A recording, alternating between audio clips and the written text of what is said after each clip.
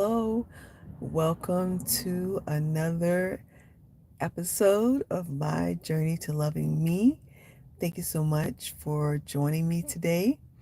My name is Katina, and I just want to talk a little bit about self abandonment. So, I'm just going to take some time right now to breathe as we transition some of us from going to work or coming from work and coming back home.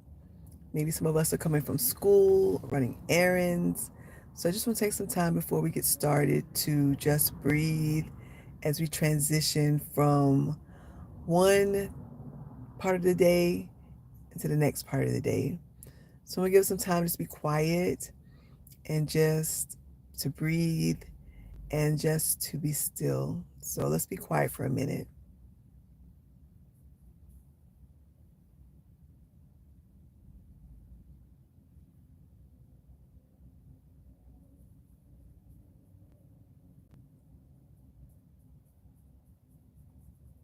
Okay, so let's just take some time to take some deep breaths and just to breathe as we transition from maybe coming from work or wherever you went, or just maybe just transitioning into a time of quietness and stillness and settling our brain. So let's just transition from one part of the day into the next. So let's take some deep breaths. So just start with one deep breath,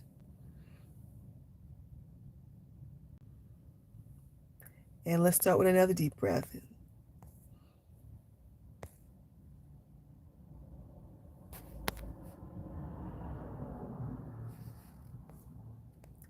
Okay, so let's get started.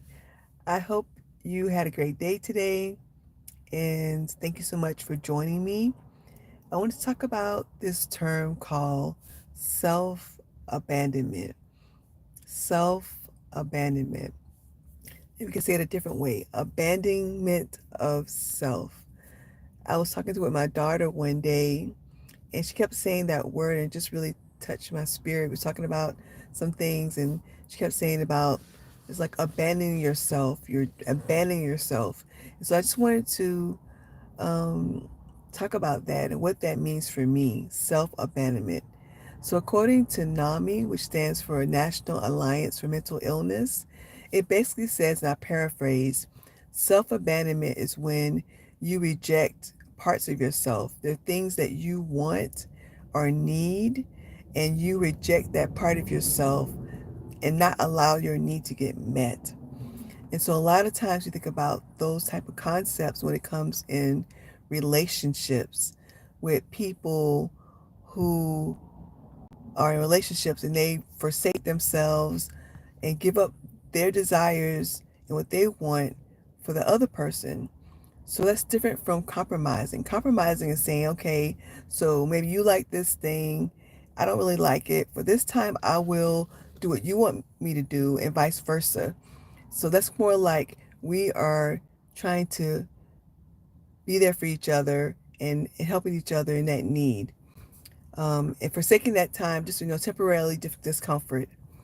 But when you self-abandon, you abandon yourself, you're basically saying that my needs are not important and that what I want is not important. I continually put my needs and desires, wishes and wants to the side for the other person. And the other person could be a relationship, it could be a job, it could be in any situation where you continually let go and forego your desires, your wants, and your needs. So, for whatever reason, to make that other person feel better or to appease that person, or so they won't get upset or they won't get mad, or you're afraid that they may leave you. So, let's talk about self abandonment and how that may show up in our relationships, how that may show up on a job. Like, for instance, if you're on a job and it's toxic and you are not, standing up for yourself, you're not maybe looking for another job, you will take whatever they give to you because you want that job. You're desperate And however they treat you, you'll do whatever you need to do to keep that job. Even though it's not a healthy work environment, even though the pay is not that good, even though they don't treat you well, you will stay at that job because, for one, you may feel like that's the best you can do and you have to just take whatever they give you. You don't feel that you have importance or significance. And so you abandon yourself to fulfill that job's need without getting your needs met. And then you have burnout. You end up, you know, having resentment and things like that because your needs are not being met. It can also show up in relationships, whether it be romantic relationships, it could be within your family system, it could be with a child and a parent, it could be with friends, where you continually will allow them to have their needs met and you don't have your needs met. So, for instance, if you're someone who likes to go hiking and, or let's say another example, let's say for instance, this person's always picking the activities of what to do. They're always the one to say they want to do things, and you usually don't get a chance to say what you want to do. You always letting them take the lead of making the decisions about where you want to go, where you want to eat, and they usually are getting their needs met. You won't say what you want because you're afraid that if you say that thing, they may get mad, they may leave you, may not want to be in a relationship with you anymore. So self-abandonment is basically you are pushing your desires and needs down, forsaking it, putting it to the side, completely sometimes throwing it away just so that other person can be happy. You won't stand up for yourself. You won't advocate for yourself. You won't leave. You can continue in that situation even though you know that it's not healthy and it's toxic. So it's just something I've just been thinking about as far as how does that show up in our day-to-day lives. So I'll give you an example. I was on a job for a very long time and it was not healthy. It's very toxic.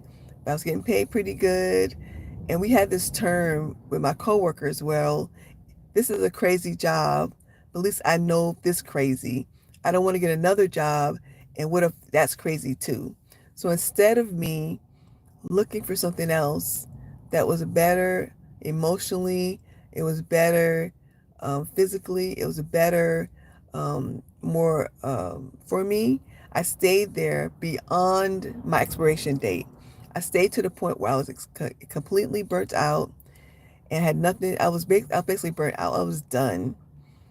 And I stayed there longer than I should have because I thought I couldn't get anything else better. And when I left that job, there was no going away party. It was nothing. And after that, nobody reached out to me. No one checked on me. It was like out of sight, out of mind. So I forsook my time, my energy, time with my children, time with my family, doing things for myself. I went above and beyond for this job. And at the end, I left burnt out, broke down, and just completely, you know, it took a long time for me. Those effects are still there, even though it's been maybe about 3 or 4 years ago. The effects of what happened, of completely abandoning myself, my health, my well-being, is still there. I'm still getting over that. Had I took the time to make sure that my needs were met, looking at it and saying, hey, this is a good experience. I could do something else. I deserve a better work environment. But I didn't. I abandoned and rejected my needs and my best interests and put that job before mine. And so I used to blame the job, but then I'd take responsibility and say, hey, that was my responsibility to take care of me. They weren't going to do it for me. So self-abandonment can look like so many different ways. And so I encourage you to look and do an assessment of your life. How are you abandoning yourself in your day-to-day life, whether it be in your job, in your relationships, in people that you are in friendships with, in organizations that you're a part of? How are you putting your desires, your needs, and your wants to the side for other people continually and never ever getting your needs met in that situation. So another thing I encourage you to do is, if you're doing that, ask why. Why am I abandoning myself? Why am I putting my needs to the side? Why am I okay with my needs not being met in this situation, in this relationship, on this job? Why is it okay for me to continually put my needs to the side and not have my needs met? So I encourage you to pray and ask God, what's the why in this? Why is it okay for me to not have my needs met? What is the root of this? And as He shows it to you, I encourage you to ask Him to heal you in that area. For me, my why, and part of that was that I didn't think that I could do better. I didn't trust myself. I didn't believe I had the skills to transfer my skills to another job. I didn't think that I had what it took to get a different job. So I stayed in a situation that was not healthy for me. Now I left that job, and guess what? I have had a couple of jobs since that time. So that means that I was able to get a job, but in my mind, I didn't think I could. So I abandoned myself. I didn't have confidence in myself, even though I've been to school, got degrees, and all these things, but I didn't trust myself that I could do better. So I encourage you to love yourself. As this is May, is Mental Health Awareness Education Month. I encourage you to love yourself.